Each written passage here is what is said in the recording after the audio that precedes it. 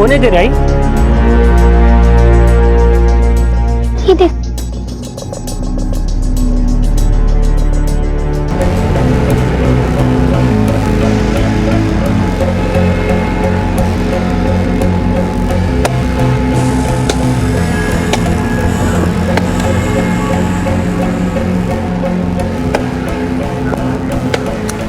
Uncle, मुझे मेरी आई से मिलना है। कौन हो तुम और कहाँ से आई हो? तुमसे किसने कहा तुम्हारी आई यहाँ रहती है? मैं पिंकी हूँ, पनाला से आई हूँ। ये देखो।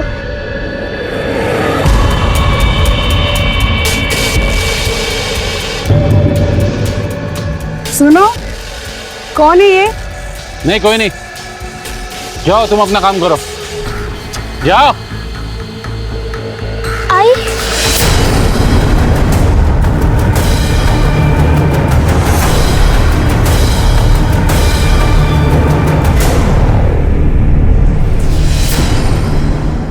ईश्वर की दी हुई सौगातों में से एक है रिश्ते, जो हमें जन्म से मिलते हैं, जिन्हें हम चुनते नहीं। मुश्किल घड़ी में ये रिश्ते हमारा सहारा बनते हैं। माँ बाप, भाई बहन, ये वो तमाम रिश्ते हैं जो सदा अपना फर्ज निभाते हैं। शायद ही ऐसा कुछ होगा जो लालच और स्वार्थ से दूषित ना हुआ हो। और अगर ये प्रदूषण हमारे रिश्तों में भी प्रवेश कर जाए तो क्या तब भी ये दूषित प्रवृत्तियां हमारे रिश्तों के सुरक्षा कवच को भेद किए बिना रह सकती हैं? हमारा आज का ये एपिसोड गुनाह का एक नया आईना है, और इस आईने के दृश्य में वो गुनाह रेंगते हैं जो इंसान के शरीर से होते हुए उसकी आत्मा तक को निकल जाते हैं।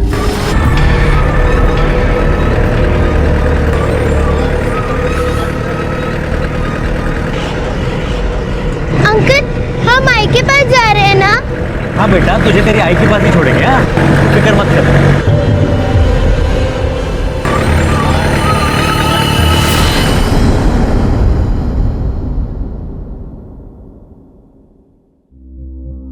वो बच्ची नहीं, मौत है मौत। उसे मार के दफना देते ना कहीं। तुम्हारा दोनों का दिमाग घास खाने चला गया था। आहो, ये आई दिमाग खाने। क्या है? आई वो नीचे पुलिस आई है।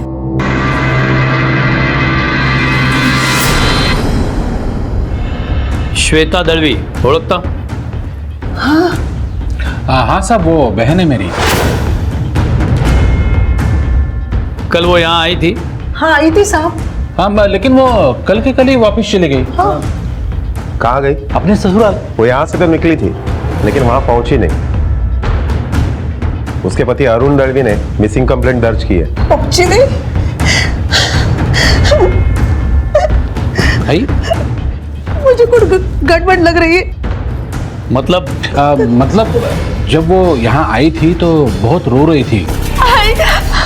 आई देखो ना, माँ बेटे ने मार मार के क्या हाल कर दिया है मेरा। आई बात बात पर हाथ चलाते, डंडा झूठा जो दिखा बस।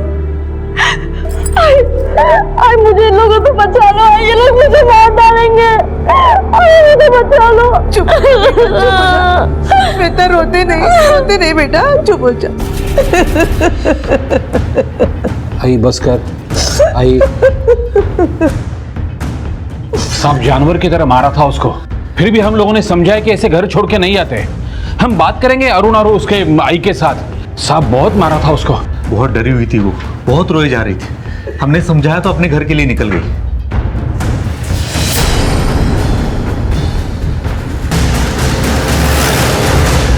साहब, मारना तो छोड़ो, मैंने कभी उसे घूर के भी नहीं देखा था। बहुत प्यार करता था मैं श्वेता से, हमारे बीच में कोई प्रॉब्लम नहीं था। अरुण बहुत अच्छा आदमी है साहब, कभी उसकी बीवी के साथ उसकी खटपट नहीं हुई। एक बात तो श्वेता भी मानती थी, उसको अच्छा पति मिला। साहब, उन दोनों के बीच में भी एक प्रॉब्लम है। क्या प्रॉब्लम है? अरुण की माँ श्वेता को दिन रात सुनाती थी। साहब, भाई तो कभी कभी मुझे भी सुनाती थी, लेकिन उसके दिल में किसी के लिए कोई मैल नहीं था।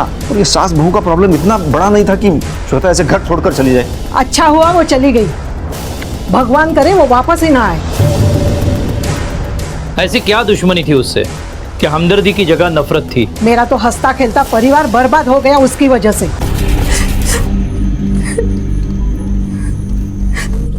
जब देखो तब आंसू बहाती थी, पता नहीं किस बात का मातम मना रही थी। तीज त्योहार पे भी कभी खुशी नहीं थी उसके चेहरे पे। कितनी बार मैंने उसे बेडरूम के बाहर रोते हुए देखा है। आपने कभी ये जानने की कोशिश नहीं की कि प्रॉब्लम क्या है? बच्चे को जन्म नहीं दे सकती थी ना, इसलिए शायद रोती होगी। मुझे पता है साहब, वो मां नहीं बन सकती। क्या? मैं जानती हूँ आपको सदमा पहुंचा है, आपके साथ धोखा हुआ है, पर मुझे माफ कीजिए। मैं झूठ बोल के अपना रिश्ता आगे नहीं बढ़ा सकती। आपका जो भी फैसला होगा वो मुझे मंजूर है। अगर आप मुझे छोड़ना चाहे तो। सुन के ऐसी खोपड़ी खसक गई थी मेरी, मन किया कि बाद में मुझे लगा कि श्वेता मुझसे सब कुछ छिपा भी सकती थी, लेकिन उसने मुझे सब कुछ सच बता दिया। और उसकी यही बात मुझे बहुत अच्छी लगी थी साहब। मैंने उसके ये सच के साथ एडजस्ट कर लिया और सोचा कि बाद में आई को भी मना लूंगा। साहब, मैं श्वेता से बहुत प्यार करता हूँ। प्लीज उसे ढूंढ निकालिए, प्लीज। सर, अगर अरुण सच बोल रहा है तो इसका मतलब है श्वेता झूठ बोल रही है। यही पता लगाना है कि श्वेता झूठ बोल रही है या उसके आड़ में उसके मैके वाले। सर, ताज्जुब की बात यह है कि श्वेता के मोबाइल का लास्ट लोकेशन ये जयसिंहपुर और सांगली के बीच में दिखाई दे रहा है। जयसिंहपुर और सांगली के बीच में मतलब ससुराल और मैके के बीच में। मतलब जब श्वेता अपने मैके से ससुराल जा रही होगी तब बीच में उसके साथ कुछ हुआ होगा। हेलो, ओके सर, श्वेता का पता चल गया है।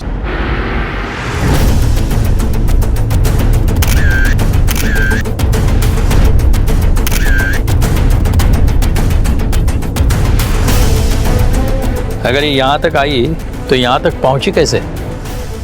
किसी ने देखा है उसे? चलो बाजूरा। सर, ये वेटर है, कुछ बताना चाहता है। साहब, जब ये बस से उतरी तो मैंने इसे टॉयलेट जाने का रास्ता बताया था, वहीं पे गई थी वो। हाँ, बैठो बैठो, बैठ लो वहाँ पे, बैठ लो। लेडीज टॉयलेट कहाँ है? जी वहाँ पे मैडम। अच्छा, वहाँ पर है? जी थैंक यू। कोई था उसके साथ? नहीं, अकेली थी। बस कौन सी थी? कोई प्राइवेट बस थी, Amber travel. Shinde sir. Amber travels के सारे पैसेंजर की लिस्ट निकलवाओ। Okay sir. नलौड़े, श्वेता के ससुराल वाले और मैके वालों को इन्फॉर्म कर दो। क्या? हाँ, हम अभी पहुंच रहे हैं। हाँ दादा काय झालं? आई बाहर है, कामिनी। दादा क्या हुआ बताओगे? अरे क्या हुआ? आई, श्वेता का खून हो गया।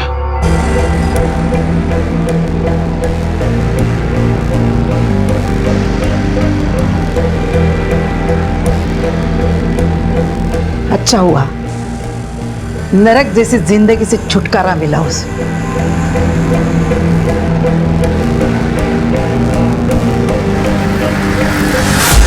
जहां भाइयों को अपनी बहन और मां को अपनी इकलौती बेटी के कत्ल का दुख नहीं था, बल्कि खुशी थी। राजन, मोहन, रेणुका और अरुण सभी संदिग्ध थे, लेकिन किसी पर भी शक के सिवाय कुछ साबित नहीं था।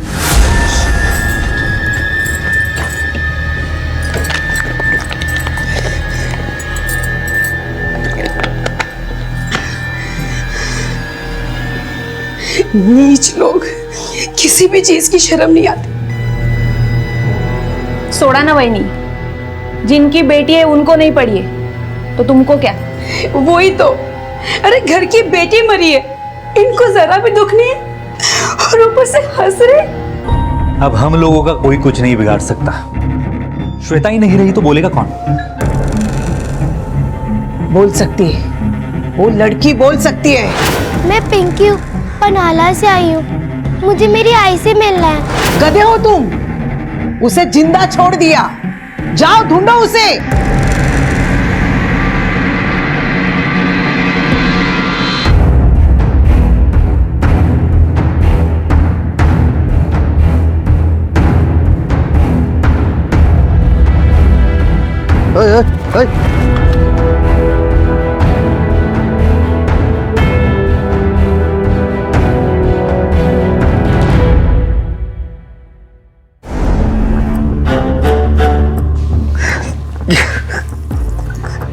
या पानी का।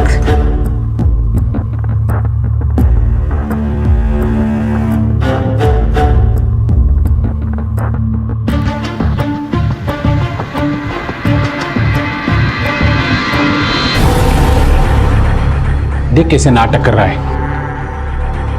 ये रोके किसको दिखाता है?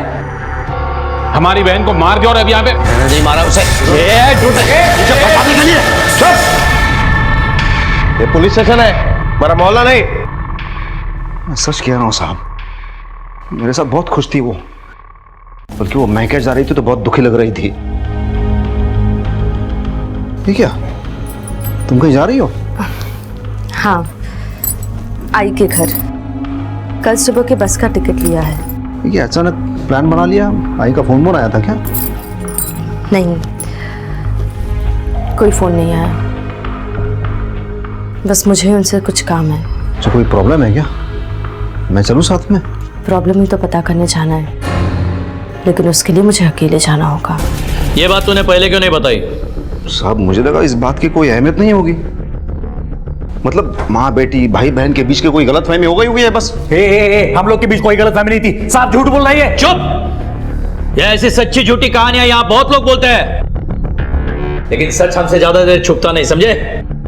जाओ अब, लेकिन यहां से गांव से बाहर जाना नहीं।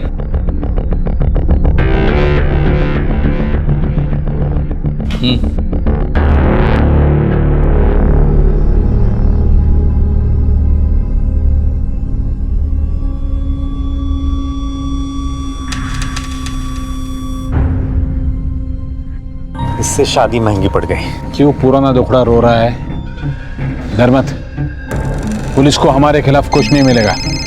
चल। आई का फोन। कुछ बोल मत अभी, चल। हाय। अरे आई तू क्यों टेंशन ले रही है? किसी को कुछ पता नहीं चलेगा। आई किसी को कुछ पता नहीं चलेगा कि वो लड़की अपनी माँ को ढूंढ रही, तू टेंशन मत ले। चल आके बात करते।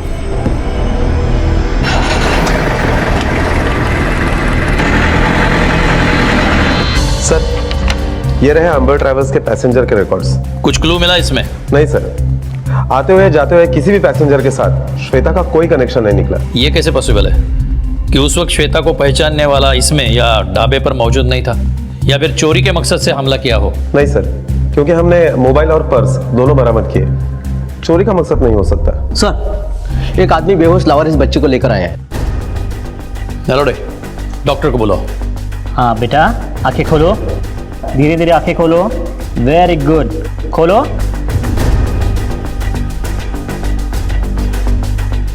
तुम्हारा नाम क्या है बेटा? कहाँ रहती हो? पता याद है? दोबारा आई का नाम लिया या हमारे घर आई तो इधर ही जंगल में गाड़ दूंगा तुझे।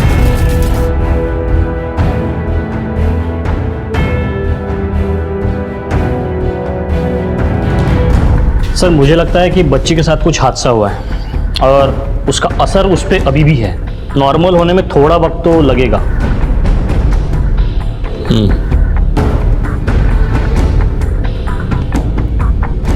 नलाउडे, बच्ची का फोटो सभी पुलिस स्टेशन में सर्कुलेट करो।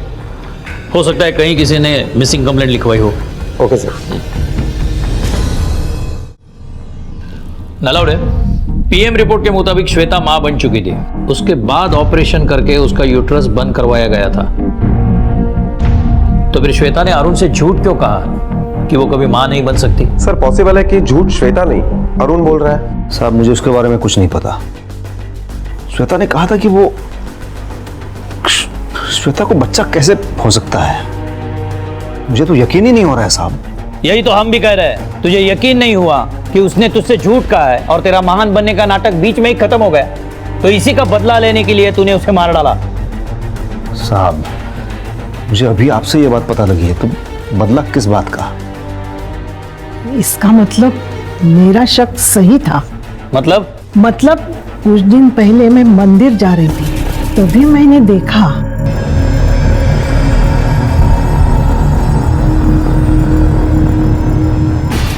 आप उससे पीछा छुड़ाना चाहती थी, तो ये बात आपने अपने बेटे को क्यों नहीं बताई?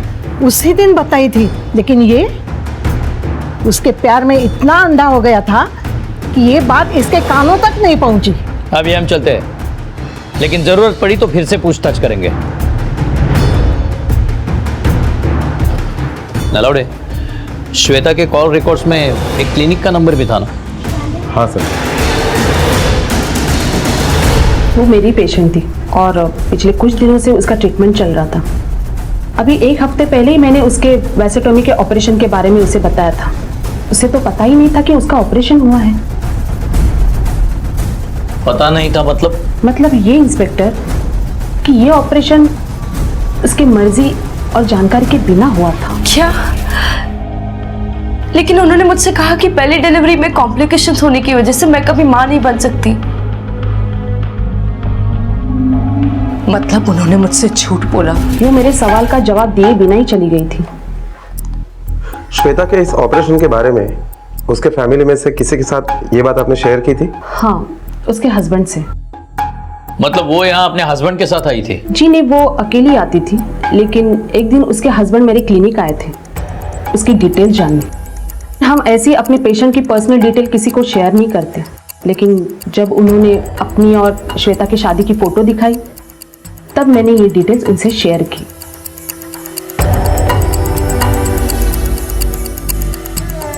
क्या ये वो आदमी था?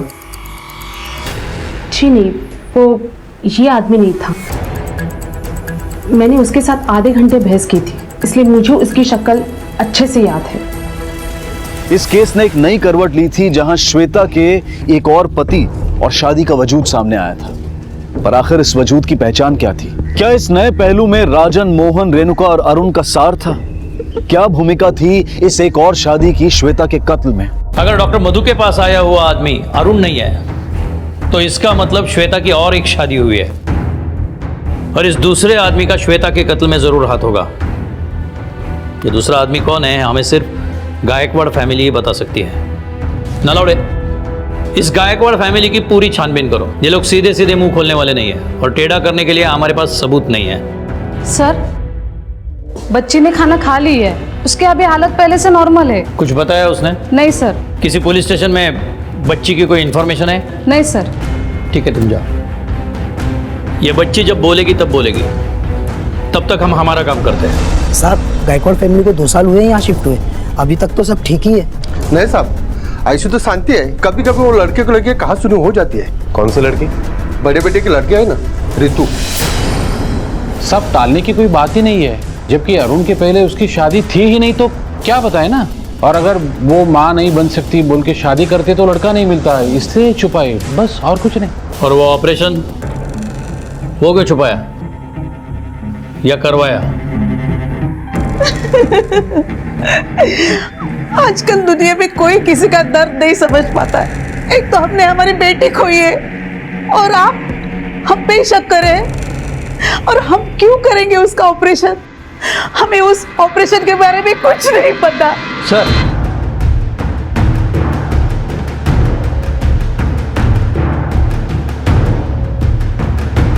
रितु आपकी बेटी है? हाँ साहब। क्यों?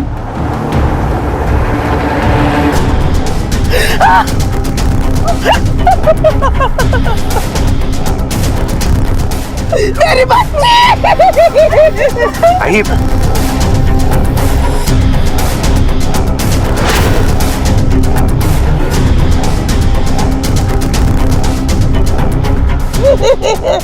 मेरे बच्चे 2-3 दिन पहले मारा है, इसलिए बॉडी सड़ चुकी है।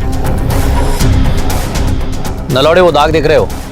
कहीं दूर मारा है और यहाँ लाश फेंकी है। सर के पीछे वार किया है, इतनी भारी चीज से मारा है। मर्डर वेपन बरामद हुआ? नहीं सर, हमने पूरा इलाका छान मारा लेकिन कहीं कुछ नहीं मिला। पूरा एरिया सील कर दो और हथियार ढूंढ लो और ये बॉडी पोस्टमार्टम के लिए भेज दो। Okay sir.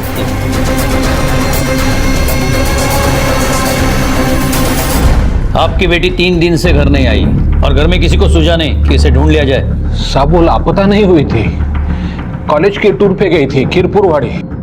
हमें क्या पता कोई उसे इतनी बेरे में से। आपको किसी पे शक जो ऐसा कर सकता है?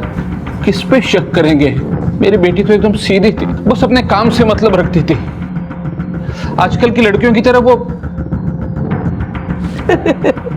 पता नहीं साहब, किसी की नजर लग गई हमारे घर में। पहले बेटी मर गई, अब पोती मर गई, वो भी ऐसी हालत। आपने अपनी बेटी को आखिरी बार कब देखा? 3 दिन पहले जब वो टूर पर गई थी। आपके उसके साथ संबंध कैसे थे? वैसे जैसे हर माँ बेटी के होते। अच्छा, किसी से खास दोस्ती थी रितु की? नहीं साहब, मेरी रितु ऐसी नहीं थी। तो आपको क्या लगता है क्या वजह हो सकती है उसके कत्ल की? यही तो समझ नहीं आ रहा कि क्या वजह हो सकती है। सर, ये बात आपको कुछ अजीब नहीं लगी कि एक ही घर की 2 बेटियों का कत्ल हो गया? ये इत्तेफाक नहीं हो सकता। ये दोनों मर्डर्स एक दूसरे की कड़ी है और ये गायकवाड़ फैमिली कुछ ज़्यादा ही स्मार्ट प्ले कर रही है। नलोड, एक काम करो, रितु के कॉलेज में जाओ और ये टूर वाली बात कितनी सच है इसका पता करो। Okay sir. सर 12 सितंबर को टूर गया था, उसमें रितु गायकवाड़ का नाम भी मेंशन है, लेकिन उस दिन वो आई नहीं थी।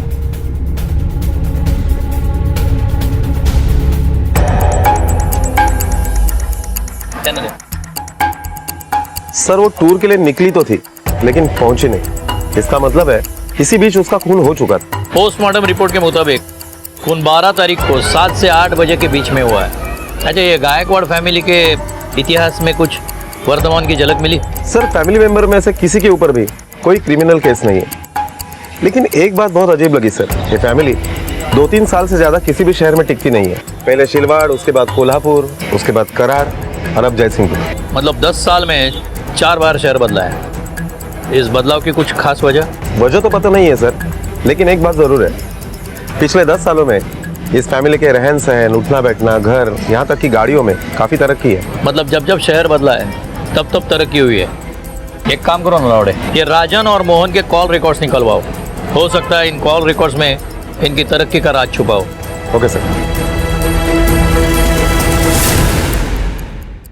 सर, राजन और मोहन के कॉल रिकॉर्ड्स, इनके फोन पर जालिंदर कांबळे नाम के आदमी का कई बार फोन आया है। कौन है ये? सर, तासगांव का जमींदार है। नलौड़े, पता करो इस जमींदार का गायकवाड़ फैमिली से क्या वास्ता है। Okay sir. Sir, Pannala police station में इसी बच्चे की मिसिंग कंप्लेंट दर्ज है। बच्ची का नाम पिंकी है।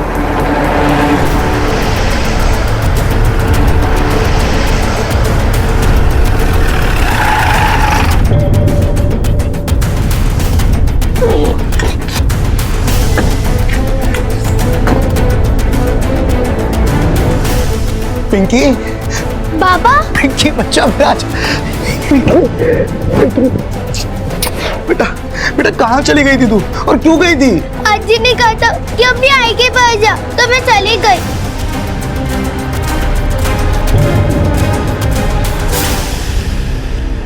हाँ, कहा था, अगर मेरे बस में होता तो मैं कब का इसे भगा देती। आपको इस बच्ची से इतनी नफरत क्यों है? नफरत इससे नहीं, इसकी माँ से है।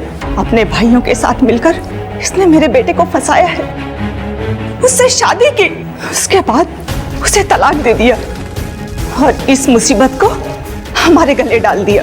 जिस औरत की वजह से मेरे बेटे ने 10 साल तक शादी नहीं की, उसकी औलाद को मैं अपने घर में कैसे रख सकती हूँ? क्या नाम है उस औरत का? श्वेता गायकवाड़। साहब तब झूठ बोला था, श्वेता की एक शादी हुई थी। तुम्हारे बहन का खून हुआ है, इसका मतलब समझते हो तुम? साहब, हम डर गए थे और शादी आज की थोड़ी ना 10 साल पुरानी थी। हाँ, इसलिए लगा नहीं कि ये बात बताने जैसी है। ये बात कैसी है अब हम तुम्हें बताएंगे, वो भी जल्दी। आखिर क्या वजह थी कि एक माँ अपनी बेटी के लिए इंसाफ की मांग नहीं कर रही थी और एक भाई जो रक्षा की कसम खाता है अपने फर्ज से पल्ला झाड़ रहा था? या फिर यूं कहें कि इसके पीछे कोई लालच या स्वार्थ था। लेकिन राजेश की वजह से एक बात तो सिद्ध हो गई थी कि डॉक्टर का बयान गलत नहीं था। श्वेता का वाकई एक और पति था और जिसके पास उसके कत्ल का मकसद भी था। यही मकसद अरुण का श्वेता के अतीत को लेकर हो सकता था। जायज नाजायज, दृश्य अदृश्य मकसद के दायरे में श्वेता की माँ और भाई भी थे। सर, 10 साल से मैंने श्वेता की शक्ल तक नहीं देखी, आप मुझे ऐसे। डॉक्टर, यही है ना श्वेता का पति? जी नहीं, वो ये नहीं है। ये नहीं है तो और कौन है? सर मैं आपको बोल रहा हूँ मैं नहीं था। 10 साल हो गए गायकवाड़ फैमिली मेरी कुंडली में नाक बन के बैठी हुई है।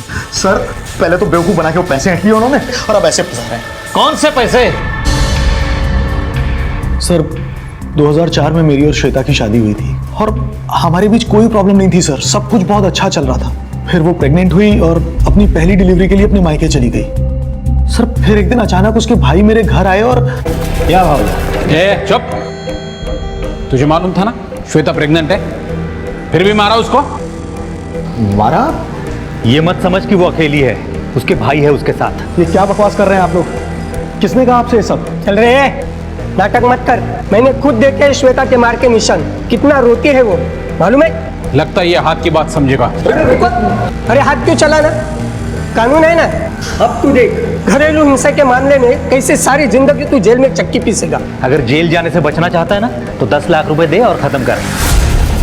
सर 10 लाख देने के बाद श्वेता ने मुझे तलाक दे दिया। फिर जब पिंकी पैदा हुई तो दोनों भाई उसे मेरे पास छोड़ गए, ये बोलकर कि वो मेरी जिम्मेदारी है। और सर मैंने भी अपनी बच्ची को पूरे दिल से एक्सेप्ट किया। फिर आज तक किसी चीज की कमी नहीं होने दी मैंने उसे। क्या कमी होने नहीं दी? 2 वक्त का खाना तक नहीं दिया। वो होती ना तो बताती आपको, वो घर उसके लिए नरक था। और पैसा तो बहन की जिंदगी बनाने के लिए था ना साहब, उसकी दूसरी शादी भी तो करनी थी। और उस राजेश ने आपको ये नहीं बताया कि हमने एलिमनी का 1 रुपया तक नहीं लिया, उल्टा झूठी कहानी बता रहा है वो। सच बोलने की बात आप लोगों के मुंह से अच्छी नहीं लगती। डॉक्टर ने कहा है कि जो आदमी उसे मिलने आया था वो ना तो अरुण था ना राजेश, तो ये तीसरा आदमी कौन था? साहब वो हमें मालूम नहीं, लेकिन यकीन कीजिए हम लोग सच बोल रहे हैं। लगता तो नहीं है, क्योंकि अभी अभी हम जालिंदर कामले से ही मिल के आए। सर राजन की बेटी ऋतु के साथ मेरे लड़के की शादी तय हुई थी। शायद शादी लड़की की मर्जी के खिलाफ हो रही थी। मैंने बोला भी था उसे अगर कोई प्रॉब्लम हो तो बता दे, मेरे लड़के के लिए और भी रिश्ते हैं। लेकिन ना वो रिश्ता तोड़ रहा था ना शादी की तारीख पक्की कर रहा था। क्या ऋतु की शादी उसकी मर्जी के खिलाफ हो रही थी? हाँ साहब, लेकिन बेटी की शादी करना कोई गुनाह तो नहीं है ना। शादी करना नहीं, लेकिन जबरदस्ती शादी करना गुनाह है। एक तो तुम्हारी बहन की शादी कंट्रोवर्सी में है, ऊपर उसका खून हुआ है। तुम्हारे बेटी ने शादी को मना कर दिया है, उसका भी खून हो गया। कहीं ऐसा तो नहीं ऋतु ने शादी के लिए ना किया इसलिए तूने उसका खून कर दिया? Honour killing. चलो तुम्हें किसी से मिलवाते हैं।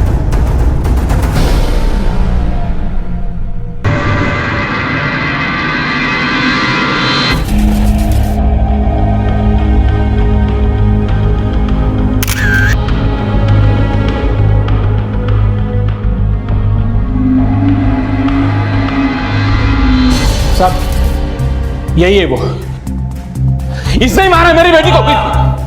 नहीं साहब, हम दोनों एक दूसरे से बहुत प्यार करते थे, हम तो शादी भी करने वाले थे साहब, लेकिन यही हमारी शादी के खिलाफ थे। बोल।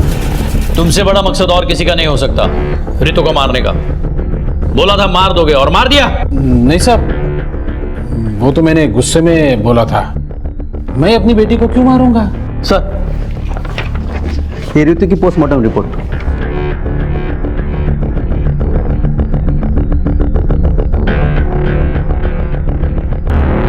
अपने पूरे करियर में कत्ल का ऐसा हथियार पहली बार सुना मैंने। हाँ सर, रिपोर्ट पढ़ने के बाद मुझे भी बहुत अजीब लगा, लेकिन ऋतु के सिर पर मंदिर के घंटी से ही वार किया गया है। सर मंदिर के मान्यता के मुताबिक ऋतु ने देवी माता के दर्शन करने के बाद मंदिर के पीछे जाकर माथा टेका होगा और कातिल ने उसी मौके का फायदा उठाया होगा और उसके बाद कातिल ने बड़ी सफाई से मंदिर की घंटी को साफ करके जगह पर रख दिया।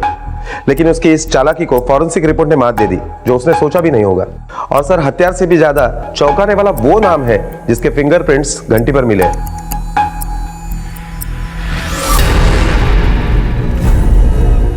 ये आप क्या बोल रहे हैं इंस्पेक्टर साहब?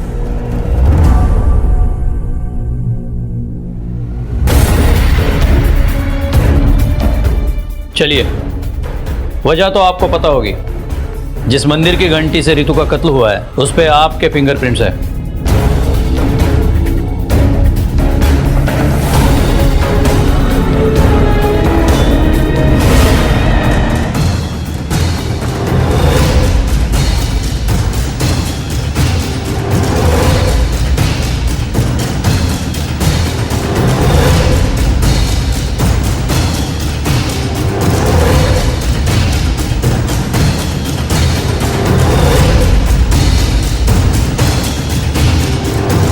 हाँ सर, यही था।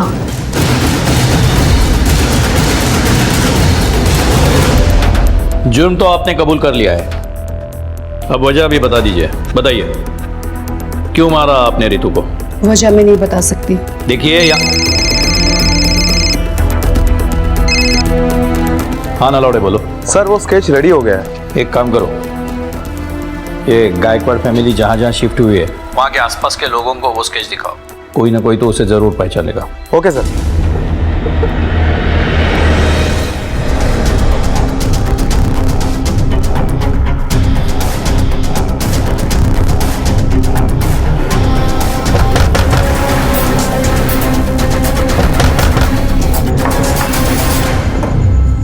चलो हमारे साथ।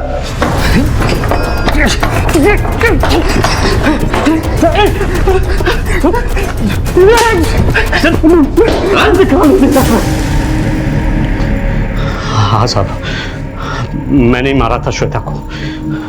शादी के 6 महीने बाद ही अपने घर जाके बैठ गई थी और अपने भाइयों के साथ मिलकर मुझ पर डोमेस्टिक वायलेंस का झूठा इल्जाम लगाया था और मुझसे 10 लाख रुपए लूट लिए थे। तभी मैंने सोच लिया था कि मैं इस बेइज्जती का बदला जरूर लूंगा। मेरा घर तोड़कर नया घर बसा कर बैठी है तू, हैं? तुझे क्या लगता है तू अपने भाइयों के साथ मिलकर मुझ पे 498A लगाने की धमकी देकर मुझसे 10 लाख रुपए लूट कर ऐसे चैन से बैठ जाएगी? हैं? अविनाश, मैंने ऐसा कुछ नहीं किया, मेरा यकीन करो, तुम कुछ गलत समझ। गलती है ना? गलती मैंने की है तुझसे शादी कर कर, और वो गलती मैं अब सुधारूंगा तुझसे बदला लेकर। मैंने उसे ढूंढा, उसका पीछा किया, फिर उस पर नजर रखी, और जब डॉक्टर मधु से मुझे उसकी ऑपरेशन और डिलीवरी के बारे में पता चला तब मेरी खोपड़ी और भनक गई थी। इन सब लोगों ने मुझे मिलकर बेवकूफ़ बनाया। मैंने उसके घर पर नज़र रखी हुई थी। जब 11 तारीख को वो जयसिंहपुर निकल गई, जाते वक्त मुझे मौका नहीं मिला, लेकिन आते वक्त मुझे मौका मिल गया।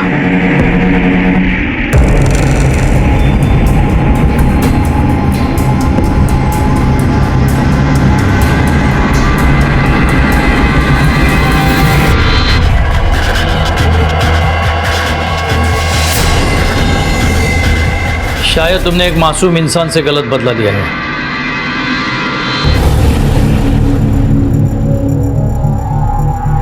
मुझे वो वजह पता चल गई जिस वजह से तुमने अपने बेटी को मार दिया। मारती नहीं तो क्या करती? जब श्वेता की पहली शादी टूटी तो बहुत डर गई थी मैं।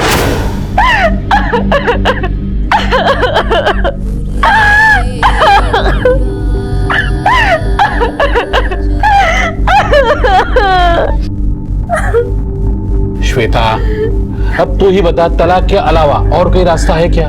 पर भाऊ, मैं कैसे उसे? क्या उसे? तू उसे तलाक नहीं देगी ना तो भी एक दिन तुझे छोड़ देगा वो। और तू आई के बारे में सोच, आई की कितनी बदनामी होगी। भाऊ, मैं बात करूंगी उससे, सब ठीक हो जाएगा, मैं समझाऊंगी उसे। अरे उठना मेरे बाप, आई इंतजार कर रही है।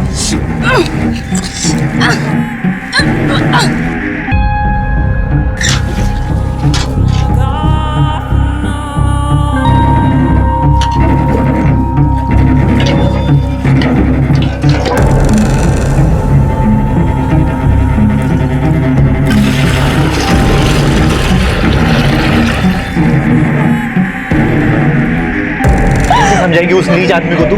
और सिर्फ अपने बारे में नहीं, आई के बारे में सोच। हाँ? हम तीनों को उसने संभाला है, कितनी मेहनत से घर खड़ा किया है। बदनामी हो गई ना तो मर जाएगी वो।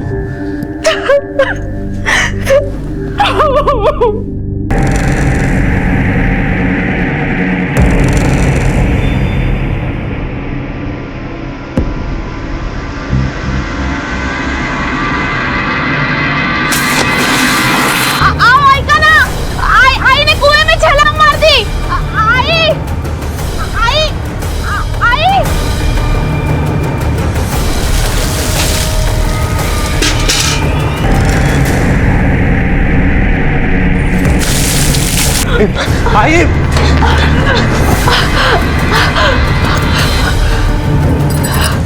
हे देवा, मेरे नसीब की सजा मेरी आई को मत देना।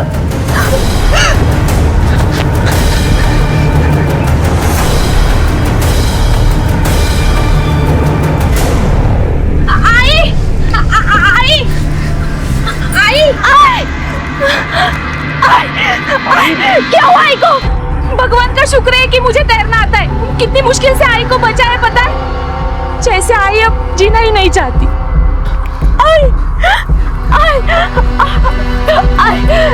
आई तो बोलती ना तो मैं उसे तलाक दे दूंगी, पर तुम मरने के बारे में सोचना भी मत। आई आंखें खोल।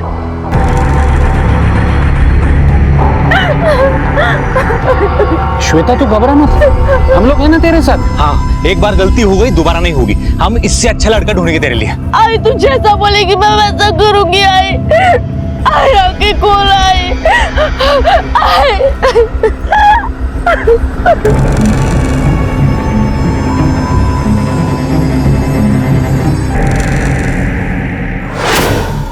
उसके बाद एक पे एक शादी, फिर तलाक। उसके सगी माँ और भाइयों ने उसे पैसा कमाने की मशीन बना दिया था। फिर उसे झूठ बोला कि उसका बच्चा मर गया है और उसे बिना बताए उसका ऑपरेशन करवा दिया ताकि दूसरी शादी तोड़ने के लिए बच्चा अड़चन न बने। और फिर एक दिन जब श्वेता को पता चला, तुम लोगों ने तो नीच होने की सारी हदें ही पार कर दी। तुम लोगों की वजह से अब मैं कभी मां नहीं बन पाऊंगी। लेकिन कोई बात नहीं, मुझे खुशी है कि मुझे अरुण जैसा प्यार करने वाला पति मिला। लेकिन अगर आइंदा से किसी ने मेरे घर की तरफ देखने की भी कोशिश की तो मैं ये भूल जाऊंगी कि तुम दोनों मेरे सगे भाई और आप मेरी माँ हो। मैं सीधा पुलिस के पास जाऊंगी। याद रखना तुम सब। ये क्या पागल है क्या? क्या समझाएंगे अब इसको? जाने दे रही, 30 की हो गई। अगर शादी तोड़ी ना उसने तो हमें बिठा के खिलाना पड़ेगा। तेरी रीतु है ना, वो अब अपना फर्ज निभाएगी। हाँ माँ, लेकिन वो अभी बहुत छोटी है। इसकी उम्र तक तो रीतु की 7-8 शादियां हो सकती है। तुमने पहले अपनी बहन की जिंदगी बर्बाद कर दी, अब अपनी बेटी की करना चाहते हो? कुछ तो शर्म करो। बकवास मत कर, ये तो धूंगा रख के चल। और जब मुझे रीतु को बचाने का कोई रास्ता नजर नहीं आया तो मैंने ये फैसला किया कि मैं रीतु को वहां भेज दूंगी जहां ये लोग चाहकर भी उसका सौदा न कर पाए।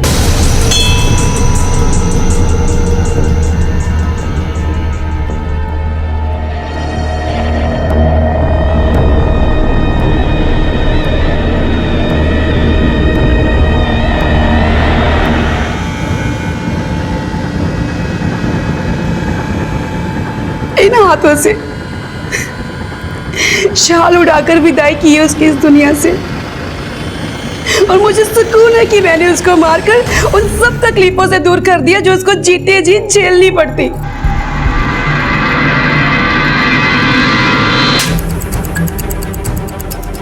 चार शादियां, वो भी पेट पालने के नाम पे, अय्याशी के लिए। किसी एक की बलि चढ़ाने से बेहतर होता तुम दोनों मुस्तंडे कुछ जिम्मेदारी उठाते।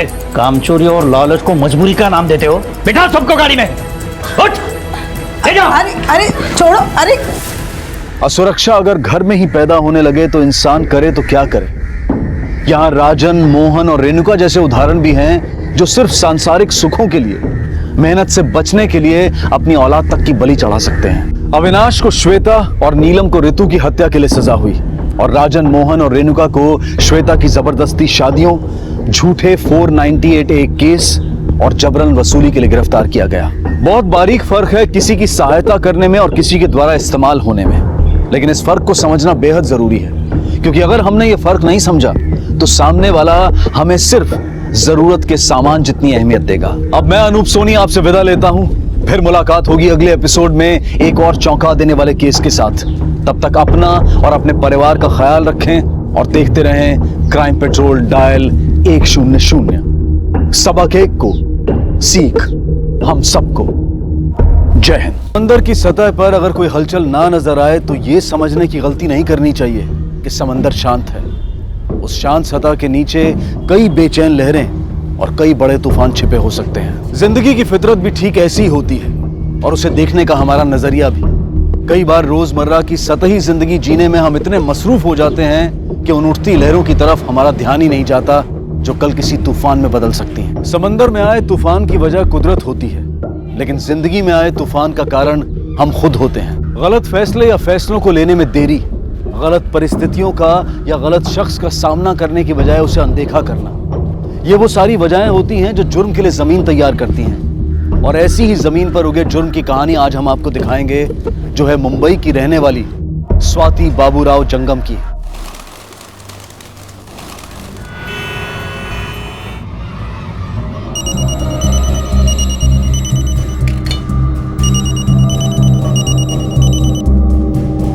हेलो, कौन बोल रहे हो? मैं सिया के स्कूल से बोल रही हूँ। छुट्टी हुए काफी देर हो चुकी है, लेकिन सिया की मम्मी अभी तक उसे लेने नहीं आई। ऐसे कैसे हो सकता है? अब सुबह तो वो बोल कर गई थी कि मैं लौटते वक्त सिया को भी साथ में लेकर आऊंगी। मैं काफी टाइम से उन्हें फोन लगा रही हूँ, लेकिन उनका फोन भी नहीं लग रहा है। अब चिंता मत कीजिए, मैं खुद आती हूँ उसके लेने। उसे रोक के रखना। बस आइए मैम।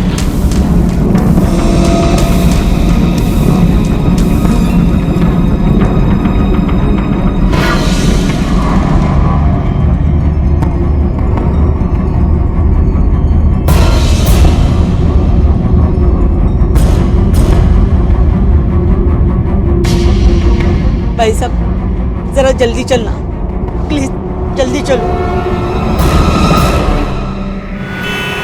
काय झालं राणी, उदास की हूँ?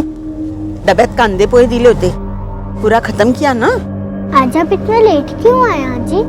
सब चले गए थे, मैं अकेले बची थी। और आपको पता है ना कि मुझे अकेले में कितना डर लगता है। हाँ गुड़िया, आइंदा ऐसी गलती नहीं होगी। टाइम पे आ जाऊंगी। लेकिन आज आप क्यों आए लेने? मम्मा क्यों नहीं आई? मम्मा को थोड़ा काम था, इसलिए मम्मा नहीं आई। हाँ, मैं आई हूँ ना। चल, कल से मम्मा आएगी। हाँ आंटी, मैंने आपको बोला था ना कि स्वाति मैम तो सुबह से ही नहीं आई। घर से तो यही बताकर निकली थी कि वो काम पर जा रही है, पर नहीं आई। तो कहाँ गई होगी? क्या हुआ आजी, कुछ हुआ है क्या? नहीं, कुछ नहीं। चल बेटा। स्वाति बिटिया को देखा? नहीं देखा। किसी इमारत की नींव सरकने का इमारत पर जो असर होता है, ठीक वैसा ही हाल होता है उस परिवार का जिसका मुखिया, जिसका कर्ता धर्ता कहीं चला जाता है या गायब हो जाता है। स्वाति की आई और उसकी मासूम बेटी सिया के साथ भी ऐसा ही हो रहा था। अपनी माँ के लौट आने का इंतजार करती सिया का इंतजार खत्म होने का नाम ही नहीं ले रहा था। और उसकी आई की तमाम कोशिशों के बाद भी ये सवाल ज्यों का त्यों अपनी जगह बरकरार था कि आखिर स्वाति थी कहाँ।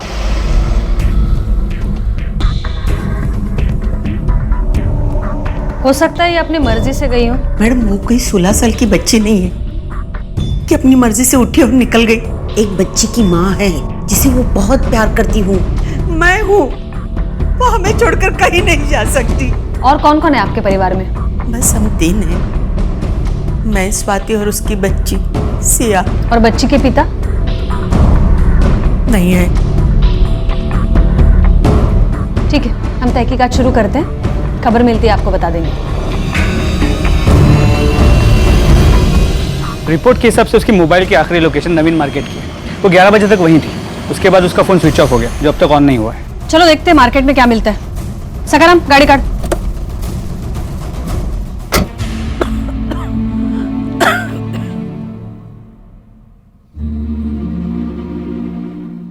देख गुड़िया, आज शाम को कौन सी सब्जी खाएगी?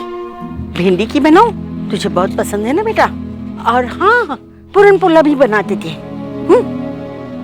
चने की दाल वो तो है, चल बनाएंगे आज। अरे अभी कौन आया? किसका फोन? हेलो? नहीं, उसे स्कूल नहीं भेजा, मेरा मन नहीं कर रहा था उसे अकेला छोड़ने का। हाँ, कुछ होगा तो बता दूंगी जरूर। सुनो, आज के आज मेरा घर खाली कर दे। वैसे भी आप लोगों की अभी औकात नहीं है ना रेंट भरने की। कल से तुम्हारी लड़की गायब है, पता नहीं आएगी भी या नहीं, कहीं मर तो नहीं गई। जो हुआ अच्छे के लिए हुआ, उसकी औकात नहीं थी सोसाइटी में रहने की। चल बेटा, मुझे कल के कल मेरा घर खाली चाहिए।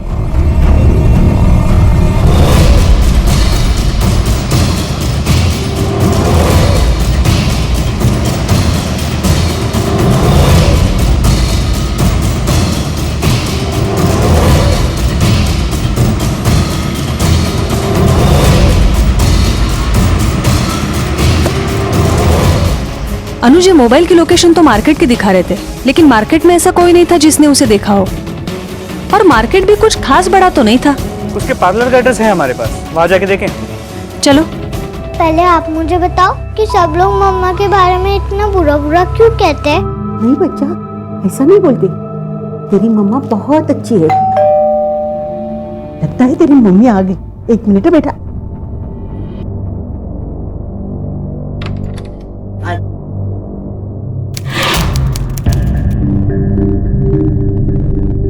आइए ना, अंदर आइए। वॉचमैन से पता चला कि मेरी वाइफ ने आपके साथ बहुत बदतमीजी की। उसकी तरफ से मैं आपसे माफी मांगने आया हूँ। ठीक है। आपका जब तक जी चाहे आप आराम से यहाँ रह सकती हैं, मैं हूं ना। वैसे पुलिस को कुछ पता चला क्या? नहीं। स्वाति मैम उस पूरे दिन नहीं आई। मैंने आंटी को भी बताया था, आई मीन उनकी मदर को भी यही बोला था। अब मैडम उस मार्केट में क्या करने गई थी ये मैं कैसे बता सकती हूँ। हमारे पार्लर में यूज़ होने वाला ऐसा कोई सामान नहीं मिलता। हो सकता है वो अपने किसी पर्सनल काम से गई हो। अरे ये क्या हो गया आपको? हॉल में कुछ ऐसी गर्मी भी नहीं है, अच्छा खासा एसी लगा रखा है पार्लर में। बड़े पसीने छूट रहे हैं आपके तो। नहीं मैम। तबीयत खराब है या कुछ छुपा रही हैं? वो बस ऐसे ही, पहली बार हमारे आसपास कोई क्राइम हुआ है तो। अनुज, क्राइम हो गया और हमें पता भी नहीं चला? आपको किसने कह दिया क्राइम हो गया? नहीं, वो तो मेरे मुंह से बस एक बात निकल गई।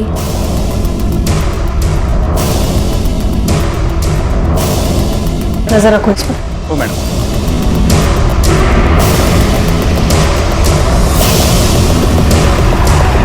उस मार्केट में ऐसा कोई है जिससे वो मिलने जाती है?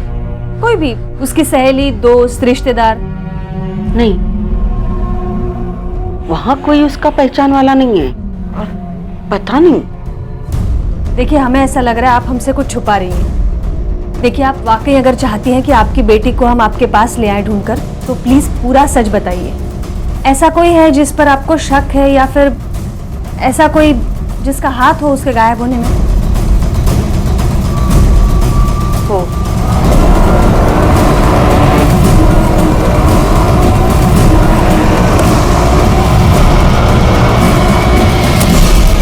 के बारे में मुझसे क्या पूछ रही हो? मेरा कुछ लेना देना नहीं उसके साथ। कमाल है सुरेश पाटिल, पति हो तुम उसके। नहीं, मान लिया कि सेपरेट हो गए हो, लेकिन लीगली डिवोर्स तो नहीं मिला है, तो कानून के नजर में तो पति हुए। अब पत्नी के बारे में पति को नहीं पूछेंगे तो और किसे पूछेंगे, है ना? अब एक बात सुन लो, जितना पूछा जाता है सिर्फ उसका जवाब दो। आखिरी बार कब मिले थे स्वाति से? याद नहीं। और अभी आप लोग जाओ यहाँ से। मुझे क्यों टेंशन देती हो? अब याद आएगा।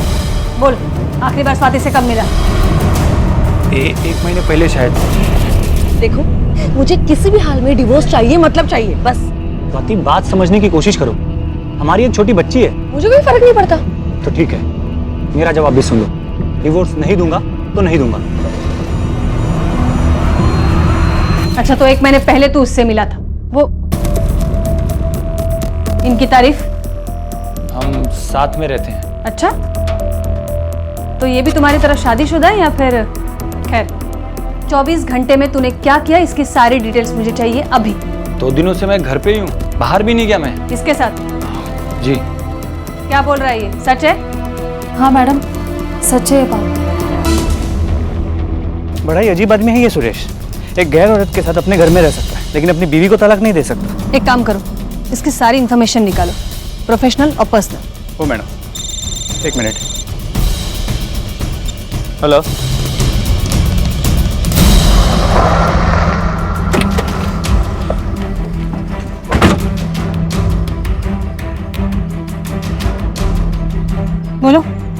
मैम, उस दिन मैं गेट छोड़कर कहीं नहीं गया था।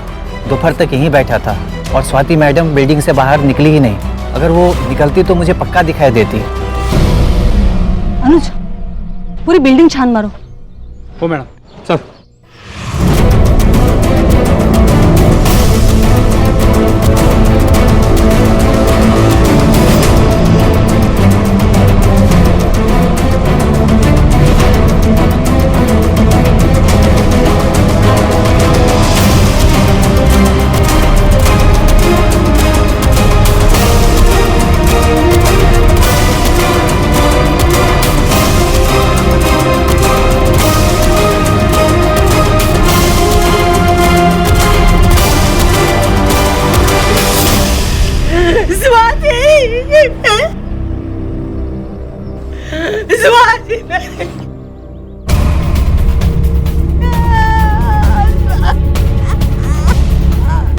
मैडम, टेरेस का डोर तो हमेशा खुला ही रहता है, हम लोग लॉक नहीं करते। सोने की चूड़ियां, कान की बाली अभी भी है। कपड़ों के साथ भी कोई छेड़छाड़ नहीं हुई। मतलब ना लूट हुई है ना रेप। लेकिन वो मोबाइल और बैग तो गायब है, जो वो घर से लेकर निकली थी, वो कौन लेके जा सकता है? ठीक है, आप जाइए, हम नीचे आते हैं। चला, हमें गुमराह करने के लिए फोन ले जाना, ये बात तो समझ में आती है, लेकिन ये बैग क्यों? उसमें इतना क्या इंपॉर्टेंट हो सकता है? और बाहर से कोई इंसान आकर मारने से पहले या मारने के बाद स्वाति को टेरेस पे ले जाता है और किसी को पता भी नहीं चलता। तो बात कुछ अजीब है। हो सकता है बाहर से कोई आया ही ना हो, बिल्डिंग में रहने वाला कोई हो तो सकता है अनुज, लेकिन दावे के साथ नहीं कह सकते। मर्डरर या मर्डर का मोटिव दोनों या दोनों में से एक स्वाति से जुड़े होने चाहिए। स्वाति मेरी बच्ची।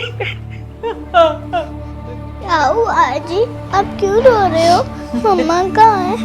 बेटा, तेरी आई अभी कभी नहीं आएगी। क्यों नहीं आएंगी? आपने उससे मेरी शिकायत की। मम्मा हमें क्या अच्छे बच्चे बने रहूंगी, आपकी और मम्मा की बात सुनूंगी। करो ना मम्मा को फोन, उनको बोलो ना कि सिया प्रॉमिस कर रही है, उनको बोलो ना। अब मैं कहाँ उसे फोन करूं, कहाँ उसे बुलाऊं? वो भी कभी नहीं आएगी, कभी नहीं आएगी, कभी नहीं आएगी। साहब, हमारी ड्यूटी 9 बजे से शुरू होती है। हम आते हैं तो रात के पाली वाला जाता है। उस समय थोड़ा इधर उधर हो जाता है, वर्दी वगैरह बदलने में, चार्ज लेने में। अगर उस समय कोई अंदर घुस आया हो और बाद में निकला हो तो कह नहीं सकते। यहाँ की सीसीटीवी फुटेज चेक करनी। सीसीटीवी फुटेज तो आपको दिखा देता, लेकिन हमने अभी नया सीसीटीवी लगवाया था तो कुछ प्रॉब्लम थी तो कंपनी उसे वापस ले गई। इस वक्त तो कोई सीसीटीवी है ही नहीं। ये स्वाति मैडम के बारे में ऐसी कोई बात है जो तुम्हें कभी अजीब लगी हो? नहीं, हमें कभी कोई ऐसी बात नहीं लगी। नहीं मैडम, वो तो अच्छी लेडी थी, उनका सोसाइटी में किसी से कोई प्रॉब्लम नहीं था। बट हाँ, उनका हस्बैंड अच्छा आदमी नहीं था। अभी 4 दिन पहले ही आया था और सोसाइटी में शराब पीकर हल्ला मचा रहा था। हाथ जोड़ दी, प्लीज चले जाओ यार।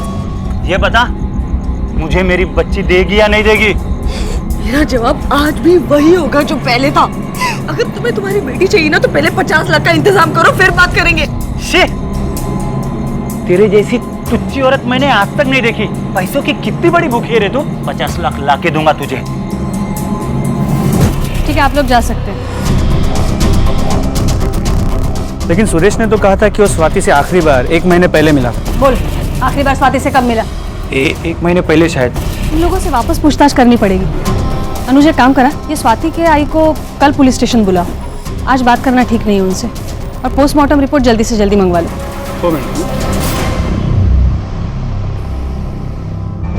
पोस्टमार्टम रिपोर्ट के हिसाब से स्वाति की मौत सर पे लगे चोट की वजह से हुई थी। Most probably iron rod.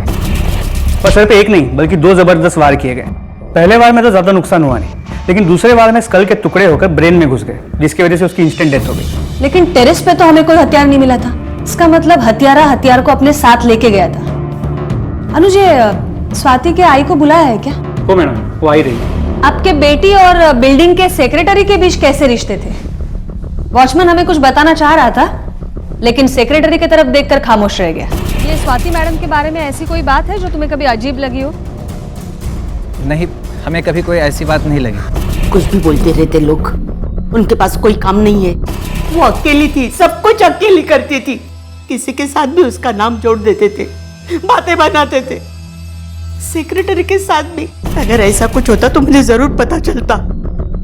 पप्पा जी शपथ। आपके बिल्डिंग का सेक्रेटरी बोल रहा था कि सुरेश आया था आपके बेटी से मिलने कुछ दिन पहले और उन दोनों के बीच काफी झगड़ा भी हुआ था। हाँ, वो आया था।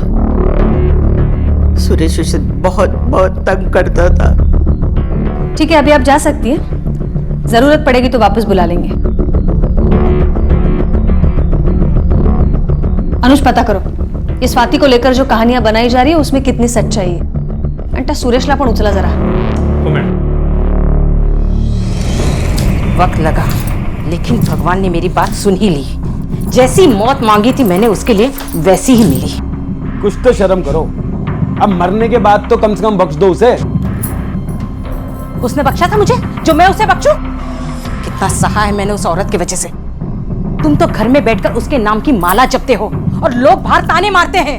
लोग कैसे मुंह दबा दबा कर मुझ पर हंसते थे ये सिर्फ मुझे पता है, सब याद है मुझे। अब बस बहुत हो चुका।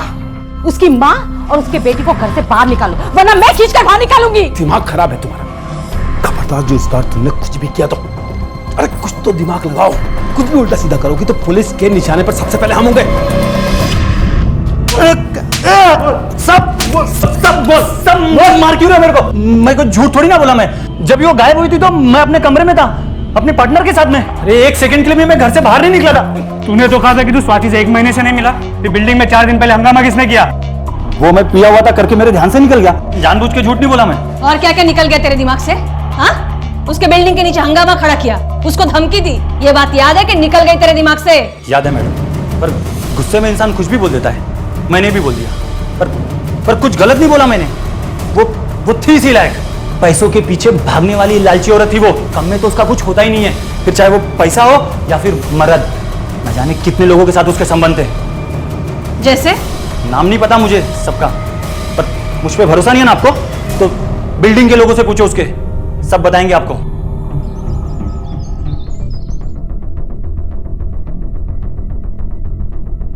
बोलिए शर्मा जी। ऐसा भी कोई मुश्किल सवाल नहीं पूछ लिया हमने जो जवाब देने में इतना वक्त लगा रहे हैं आप। नहीं बोलना चाहते तो नहीं बोल दीजिए। मेरा उससे सिर्फ एक ही रिश्ता था, एक किराएदार का और मकान मालिक का, ज्यादा कुछ नहीं। लेकिन ये सोसाइटी वाले कुछ अलग बता रहे हैं। सोसाइटी वालों का क्या है मैडम, जो मुंह में आता है बोल देते हैं। लेकिन मेरी उससे मुलाकात महीने में सिर्फ एक ही बार होती थी, जब वो चेक देने आती थी, बस। पूरी बात बता दो ना, क्यों छुपा रहे हैं? बताओ ना। इनका दिल साफ था लेकिन उस औरत के मन में दाग था इनको लेकर, इसलिए लोग बातें बनाने लगे थे इन दोनों के बारे में। क्या बोल रही है ये? आप कुछ बोलना चाहेंगे?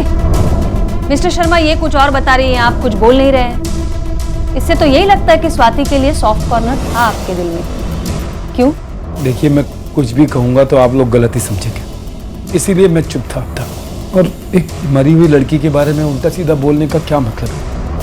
इसके अलावा और कोई भी बात नहीं थी मैम। अनुज, जी सुरेश की हिस्ट्री के साथ में उसके कॉल रिकॉर्ड्स और बैंक अकाउंट में मंगवाओ जरा। ओ मैडम। देखो और क्या क्या मिलता है। Yes ma'am. मैम। हाँ। आप पूछ रही थी ना कि मैंने कुछ अजीब देखा कि नहीं। हाँ। हमारे शर्मा साहब की बीवी ने जीना हराम कर दिया था स्वाति मैडम और उनके पूरे फैमिली का। जिधर भी देखती थी पकड़ लेती थी, कोई भी मौका नहीं छोड़ती थी और गंदी बात जो बोलती थी पूछो ही मत। लेकिन उसकी क्या दुश्मनी इन लोगों के साथ? उनको लगता था कि उनके पति और स्वाति मैडम में कोई लफड़ा है, इसका ही बदला लेती रहती थी। और कुछ जानते हो? नहीं, बस इतना ही पता था। ठीक है, जा सकते हो। चला।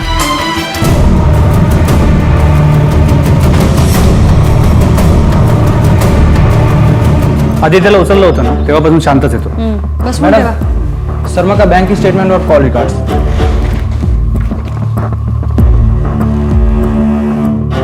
अनुज, ये कॉल में तो कुछ ज्यादा बातें नहीं हुई है इनकी।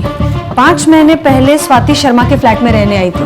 उसके कॉल एक्सचेंज ज्यादा नहीं है पर बैंक स्टेटमेंट कुछ अजीब है। उसने पहले महीने में रेंट का चेक दिया है और 1 लाख रुपए भी भरे, शायद डिपॉजिट हो सकते हैं। दूसरे महीने में भी रेंट का चेक दिया है। उसके बाद कोई एंट्री नहीं है। उल्टा ये शर्मा ने 1 लाख रुपए ट्रांसफर किए हैं। हो सकता है ये वही पैसे हैं जो स्वाति ने डिपॉजिट के तौर पर दिए थे। ये 3 महीने में ऐसा क्या हुआ होगा कि स्वाति के ऊपर शर्मा इतना मेहरबान हो गया? एक मिनट मैम। हाँ रवि बोल।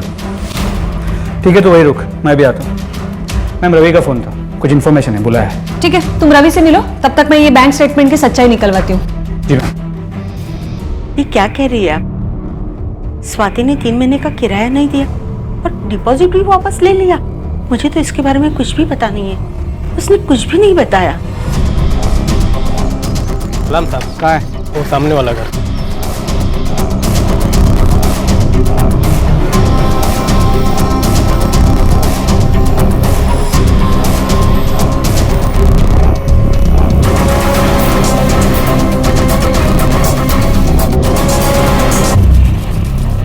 इनकी तारीफ। देखिए साहब, मेरा इसमें कोई रोल नहीं है और ना ही उसके और मेरे बीच में कुछ है। वो तो मेरे को बुलाता था और पैसे भी देता था उसके साथ जाने को, तो मैं चली जाती थी। ये तो मेरा धंधा ही है ना साहब। और जिस दिन की आप बात कर रहे हो ना, उस दिन भी बुलाया था उसने मेरे को, फिर घर पे छोड़ के बिठा दिया और फिर बोला तू आज आराम कर और आज मैं तुझे पैसे भी दूंगा बिना मेहनत किए। उस दिन मतलब वो दिन जब स्वाति गायब हुई थी? हाँ साहब, और वो उस दिन अपना मोबाइल फोन भी छोड़ कर गया था। बोला था अगर कोई कॉल आया तो उठा के बोल देना कि वो बाथरूम में है। और साहब उसी ने मेरे को बोला था आपसे झूठ बोलने के लिए, और इसका पैसा भी दिया था उसने मेरे को। कब गया था? कितने बजे? और वो लौटा कितने बजे? वो सुबह मेरे को 9 बजे बुलाया था साहब, और जैसे ही मैं गई वहाँ पे वो निकल गया वहाँ से। यही कुछ 9:30 बजे होंगे, और फिर आया तो दोपहर के 1 बजे तक आया। जी, इंसानियत के नाते ही बस मैंने उसकी हेल्प की थी। उनको कुछ पैसे की प्रॉब्लम चल रही थी और वो अकेली घर का खर्चा उठा रही थी, कोई आदमी भी नहीं था। तो मैंने ही उसे कहा कि जब तक पैसे नहीं आते तुम किराया मत दो बस। और डिपॉजिट के 1 लाख रुपए वो क्यों लौटाए थे? उनको पार्लर में थोड़े पैसे कम पड़ रहे थे, कहीं से अरेंजमेंट नहीं हुआ तो बातों बातों में उन्होंने मुझे बताया। लेकिन किसी को पैसे देना क्राइम तो नहीं है ना। मैम, उस सुरेश के बारे में इंफॉर्मेशन मिली है, बुरी तरह कर्ज में डूबा हुआ है। किसी एक से पैसे उठा के 3 लोगों का ब्याज चुकाता है, फिर उसके पैसे लौटाने के लिए किसी चौथे से कर्ज ले लेता है। उसके एटीएम और बैंक ट्रांजैक्शन से पता चला है ज्यादातर ट्रांजैक्शन या तो बार में होते हैं या तो किसी वाइन शॉप में। इसके अलावा उसके कॉल रिकॉर्ड्स में एक नंबर मिला है, किसी पोद्दार का है। उसके एरिया का कोई लोकल गुंडा है। स्वाति के मर्डर के कुछ दिन पहले से पोद्दार से लगातार बातचीत हो रही है। ये देखिए, पहले स्वाति को मिलने के बारे में झूठ बोलना, उसके बाद प्रोस्टिट्यूट को एलिबाई बना के मर्डर वाले दिन पूरे दिन घर से बाहर रहना, और अब ये। मैम, सुरेश को उठा लेना चाहिए, मेरे हिसाब से इसी ने खून किया। नहीं अनुज, इतने जल्दी हमें किसी भी नतीजे पर नहीं पहुंचना चाहिए। ये सारी बातें तो सुरेश पे जो हमारा शक है उसे मजबूत करती है, लेकिन और भी लोग हैं जो शक के दायरे में हैं, उन्हें हमें टटोलना चाहिए। ये स्वाति के बुटीक वाली लड़की से मैं फिर से मिलना चाहूंगी, और तुम वो पोद्दार को भी उठाओ जरा। जी मैम। मैम, जहाँ तक मैं जानती हूँ पार्लर में तो पैसे की ऐसी कोई ज़रूरत नहीं पड़ी। अगर ऐसा कुछ होता तो स्वाति मैम मुझे ज़रूर बताती। हम बहुत अच्छे दोस्त थे। उनके जाने के बाद मैं कोशिश कर रही हूँ कि सैलून को रन कर सकूँ, जिससे जानवी की पढ़ाई और घर का खर्च चल सके। ये चेन बहुत अच्छी है आपकी, नई ली है? जी हाँ, कल ही ली है, मगर अपने पैसों से। इससे इन सब चीज़ों का कोई लेना देना नहीं है। अरे मैंने कब कुछ कहा है? ये पार्लर का सीसीटीवी फुटेज देखना है, दिखाएंगे?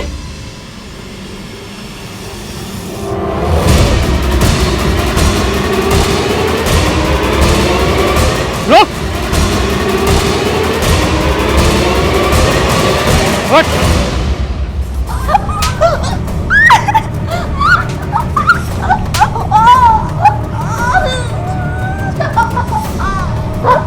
ये आदमी कौन है? मैं नहीं जानती ये कौन है।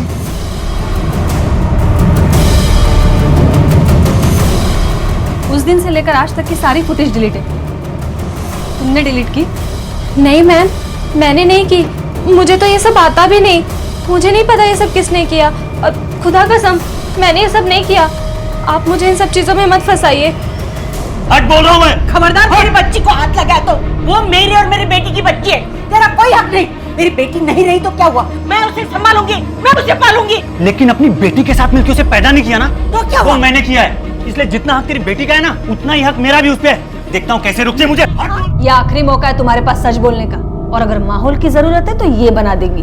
और वैसे भी इस जगह का उसूल है, चाहे भी तो कोई झूठ नहीं बोल सकता यहाँ। अब आप बोलेंगी या फिर घोर पड़े? मैं आपको सब सच बता दूंगी। नहीं कुछ नहीं मैम, प्लीज। मैम वो स्वाति मैम का हस्बैंड था। वो स्वाति का हस्बैंड कैसे हो सकता है? उसका हस्बैंड तो सुरेश है। दोस्त हो ना तुम उसकी, तो पता नहीं तुम्हें? नहीं मैम, वो स्वाति मैम का हस्बैंड था। स्वाति मैम ने मुझे खुद बताया था। एक बार काम करते करते उनकी फाइल में मैम की और उनके हस्बैंड की फोटो मिली थी, तो मैंने पूछा मैम से ये कौन है? ये मेरे हस्बैंड है। स्वाति मैम के डेथ के बाद भी वो मुझसे मिलने आता था। डेथ नहीं, मर्डर। हाँ वही मर्डर। वो मर्डर के बाद भी मिलने आया था और उसने बोला कि सीसीटीवी से सारी फुटेज डिलीट कर दो। उसने मुझे 30,000 रुपए भी दिए। उसने बोला और तुमने फुटेज डिलीट कर दिया?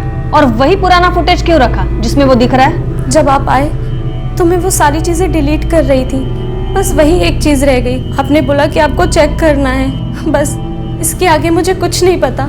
कौन है, कहाँ से आया, क्या करता है, मुझे कुछ नहीं मालूम।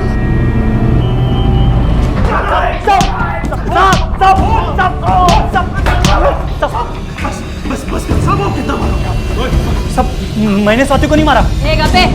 स्वाति के मर्डर के टाइम पे तेरे मोबाइल की लोकेशन चेक की हमने। मर्डर के टाइम उधर ही था तू, बिल्डिंग के आसपास। और स्वाति के मर्डर से पहले कब कितनी बार तूने इसे फोन किया है, कितनी देर इससे बात की है, पूरा हिसाब है हमारे पास।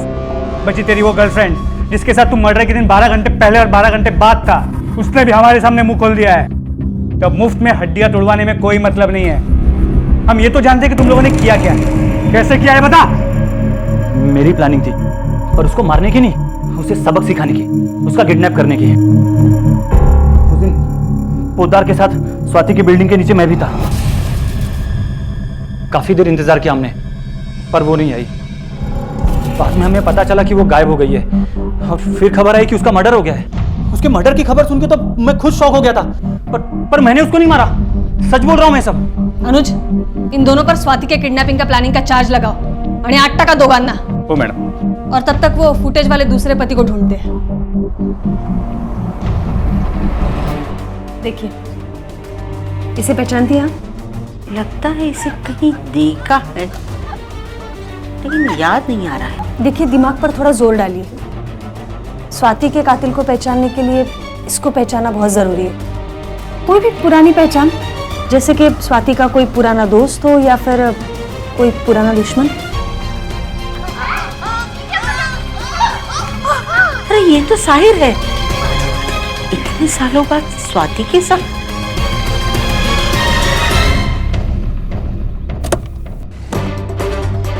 साहिर, चल।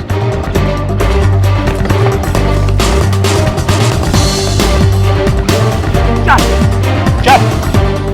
हो गई तेरी नौटंकी, अब चले। गाड़ी टकायला। मैम, वो अफेयर था मेरा स्वाति के साथ, उसकी शादी से पहले। पर हमारा ब्रेकअप हो चुका था। वो हमेशा शक करती रहती थी, और एक दिन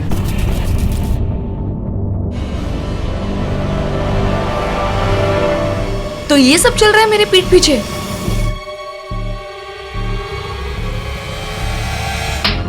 शर्म नहीं आती तुम्हें? अब देखो मैं तुम्हारे साथ क्या करती हूँ। Just wait and watch.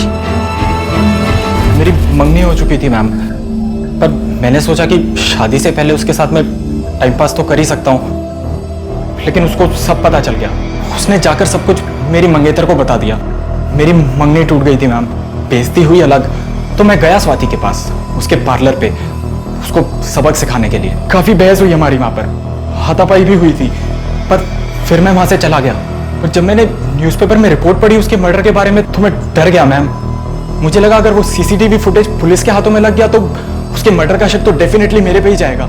इसलिए मैंने रेशमा को पैसे दिए और सीसीटीवी फुटेज डिलीट करने होगा। इसके अलावा मैं कुछ नहीं जानता मैम। मैंने स्वाति को नहीं मारा है। इनफैक्ट उस दिन के बाद मैं कभी भी उसकी बिल्डिंग के या उसके पार्लर के आसपास भी नहीं गया। आप चाहे तो चेक कर सकते हैं। इसे जिंदगी की सच्चाई कहें या ईश्वर का वरदान कि हादसा चाहे कितना भी बड़ा क्यों ना हो, वो कुछ वक्त के लिए जिंदगी की रफ्तार को थाम तो सकता है, लेकिन उसे हमेशा के लिए रोक नहीं सकता। लड़खड़ाते कदमों से ही सही, लेकिन जिंदगी फिर से चलने लगती है। स्वाति की आई और सिया की रुकी हुई सी जिंदगी भी अब चलने लगी थी। अपनी माँ का अपने करीब ना होना सिया को खलता तो जरूर था, लेकिन धीरे धीरे उसे इसकी आदत पड़ने लगी थी। दूसरी तरफ सिया की खातिर आई ने भी उसकी जिम्मेदारी को अपनी जिंदगी मानकर जीना शुरू कर दिया था। स्वाति के लौट आने की आस ने टूटकर एक नया रूप ले लिया था। वो चाहती थी कि स्वाति के कातिल का किसी भी तरह से पता चल जाए और उसे सजा मिले और उनकी बेटी को इंसाफ। पुलिस भी यही चाहती थी, लेकिन उनके लिए दिल्ली अभी बहुत दूर नजर आ रही थी। जो लोग कभी स्वाति से जुड़े थे, जो उसकी जिंदगी पर रोशनी डाल सकते थे, वो खामोश थे, इस डर से कि कहीं ऐसा करना खुद उन्हें किसी मुसीबत में न डाल दे। और दूसरी तरफ कुछ ऐसे भी लोग थे जो उसकी मौत से बदले हुए हालात का फायदा उठाना चाहते थे।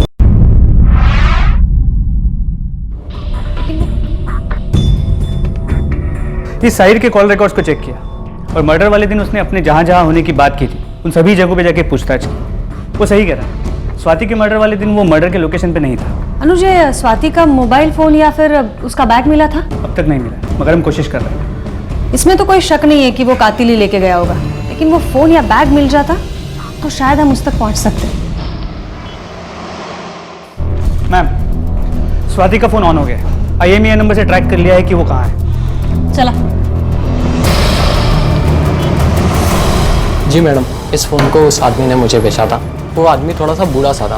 पहचानते हो उसे? पहचानता नहीं, पर पता चल जाएगा। ये देखिए आप। एक और नया सस्पेक्ट। मैडम, ये तो मेरा आदमी है, स्वाति का बाबा। क्या? हाँ, मेरा पति बाबूराव जंगम सालों पहले मुझे और स्वाति को छोड़ के चला गया अपने गांव सातारा। फिर कभी मुड़कर नहीं देखा, लेकिन वो किसी का कत्ल नहीं कर सकता, इतनी हिम्मत नहीं है उसमें। बसा। आता सगळं खरं खरं सांगायचं पटकन। बोल। मैम साहब, स्वाति हर महीने 1000 रुपये मनी ऑर्डर से मुझे भेजती थी। जब 2 महीने से रुपये नहीं आए तो मैं मुंबई चला आया। जब उसके घर पे पहुंचा, वो घर से बाहर निकल रही थी, तिलर आ गए। छत पे जाके बात करने को बोला। मैं छत पे गया मैम साहब और गुस्से से चीखा चिल्लाया, क्यों तूने 2 महीने से रुपया नहीं भेजा? कितनी तकलीफ हो रही है मुझे। उसने भी मुझे कड़ी कोटी सुनाई और जाने को बोला तो मुझे गुस्सा आया। मैंने उसका खून नहीं किया, वो मेरा खून है, मेरी बिटिया है। बोला मैं अपनी बिटिया को कैसे मार सकता हूँ मैम साहब? जब स्वाति का कत्ल हुआ था तो टेरेस पर तू था। देख, अभी सच सच बोल, वरना तेरे उम्र का लिहाज नहीं करूंगी, समझा? बोल। मैम साहब, वहाँ अकेला नहीं था, तो कोई और भी था। जब मैं सीढ़ी से नीचे उतरा था, मैंने एक पीला कपड़ा देखा, शायद वो दुपट्टा जा साड़ी का पल्लू हो। कोई तो उसके छुपा हुआ था। कौन था मुझे नहीं मालूम। और कुछ जानता है? मैम साहब, मुझे कुछ याद नहीं है। और मैं सरपट वहां से भागा और स्वाति का जो पर्स था ना, उसमें एक मोबाइल था। मैंने उसे बेचा और बस में बैठ गया वापस सतारा को जाने को। मैम, हमारे साइबर सेल ने इरेज डाटा रिकवर कर लिया स्वाति के फ़ोन से। एक वीडियो भी मिला है, आपको देखना चाहिए।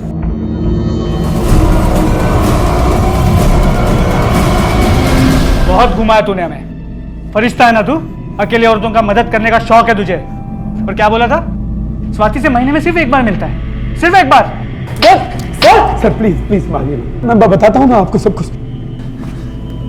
चल बोल अभी। मैडम, मैं एक दिन उसके घर किराया लेने गया था। उसे देखकर मैं बहक गया था। बहुत कोशिश की पर अपने आप को रोक नहीं सका और वो दिखाकर मुझे ब्लैकमेल करने लगी। मैंने उसे बहुत समझाया, उससे माफी भी मांगी, लेकिन उसने मेरी एक नहीं सुनी। तब मैंने उसे एक ऑफर दिया। मैंने उससे कहा कि तुम जब तक चाहो मेरे घर में बिना किराए के रह सकते हो। और तो और मैंने उसका डिपॉजिट भी उसे वापस कर दिया। लेकिन ये बात जब मेरे घर में पता चली तो मेरी वाइफ को लगा कि मेरा उससे अफेयर चल रहा है। मैं उसे क्या बताता, मैं क्या बोलता उसे? बस इसी चिढ़ में वो उन लोगों के पीछे पड़ी रहा करती थी। मैं अपनी बेटी की कसम खाकर कहता हूँ कि मैंने उसे मारा नहीं। पता है हमें, स्वाति का खून जिसने किया उसका पता चल गया है, लेकिन तूने भी जुर्म किया, इसलिए यहाँ लाया गया तुझे। और जो गुनाह तूने किया है ना, उसकी सख्त से सख्त सजा मिलेगी तुझे।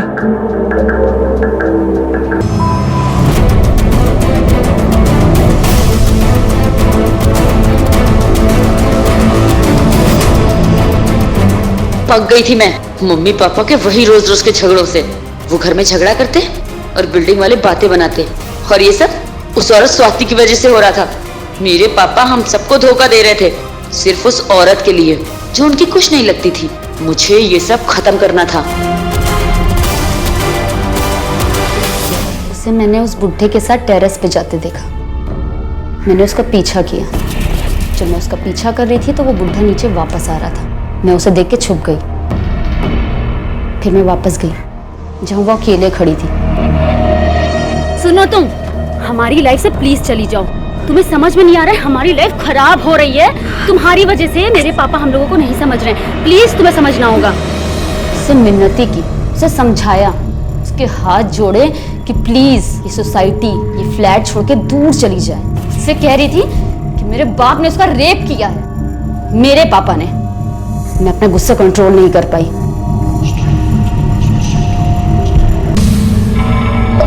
मैं बहुत डर गई थी। मुझे समझ नहीं आ रहा था मैं क्या करूं।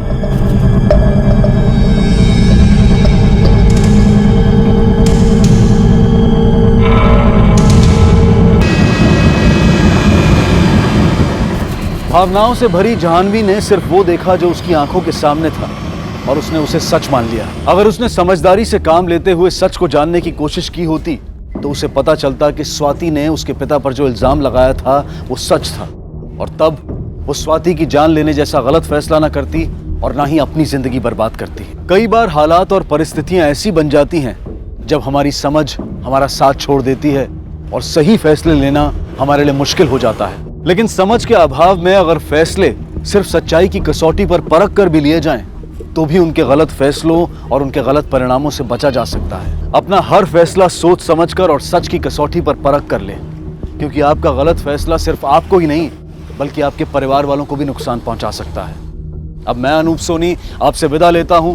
फिर मुलाकात होगी अगले एपिसोड में एक और चौंका देने वाले केस के साथ।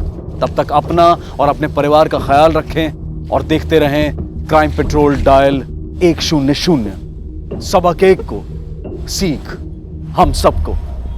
जय हिंद। इस तरह के और भी एपिसोड देखने के लिए हमारे चैनल को सब्सक्राइब करें और बेल आइकन दबाना ना भूलें।